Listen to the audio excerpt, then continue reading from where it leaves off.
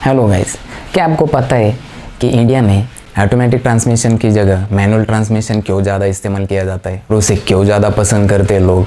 तो चलिए आज हम देखते हैं इस वीडियो। मेरा मानना ये है कि मैनुअल ट्रांसमिशन की जो कार्स है वो ज़्यादा बेनिफिशियल साबित होती है। स्पोर्टी ड्राइविंग के लिए भी मैनुअल ट्रांसमिशन ज़्यादा मज़ेदार होते हैं क्योंकि ड्राइवर के पास एक्सेलरेशन और आरपीएम को रेड लाइन करने में ज़्यादा कंट्रोल होता है।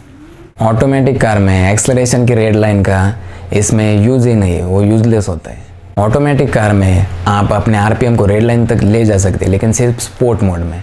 लेकिन कुछ टाइम क्या होता है, जो इलेक्ट्रॉनिक्स आइटम्स होते हैं, मतलब जो सेंसर्स होते हैं, वो उसमें कंट्रोल पाते हैं और अपशिप या डाउनशिप अपने आप करते हैं, तो उसमें मज़ा नहीं आता।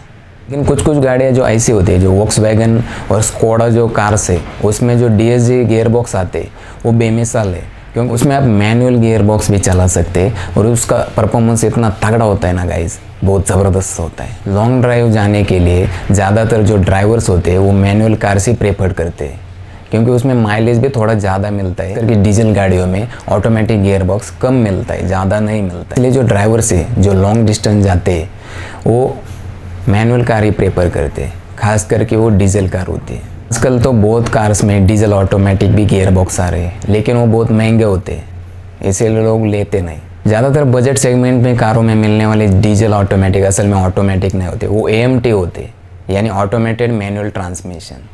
ड्राइवर्स ज़्यादातर मैनुअल ट्रांसमिशन कार से ज़्यादातर खरीदते हैं, तभी वो अपनी कार शांति से चला पाएंगे।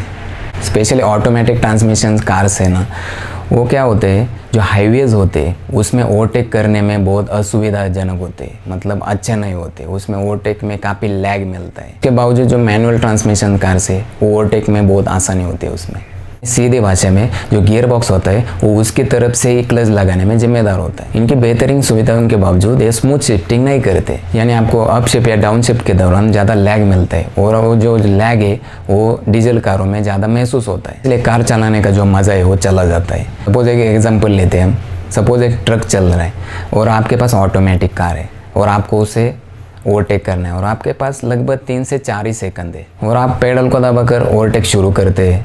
उसके बाद आपके कार का आरपीएम धीरे धीरे बढ़ता है और टर्बो जोन में पहुंच जाता है, और अचानक आपका टर्बो चालू हो जाता है, जिससे आपकी कार टेक ऑफ मोड पे चली जाती है। लेकिन फिर ओवरटेक करते टाइम आपकी कार और उसमें आपको गियर शिफ्ट हो जाता है और आप ओवरटेक अच्छी तरह से नहीं कर पाते। तो जो आपके पास 3 या 5 सेकंड है, इसमें आप मैनुअल कार लेते तो बात ही अलग होती है। इसमें हाई आरपीएम पर आप कार चला सकते हैं और एक ही गियर में आप उसको कितनी भी तेज़ी से चला सकते हैं और आपका ओवरटेक हो गया, जैसे आप अपने बाइक का भी करते हैं। ऑटोमेटिक कार का मेंटेनेंस भी बहुत ज़्यादा होता है, मैनुअल कार का मेंटेनेंस थोड़ा कम होता है।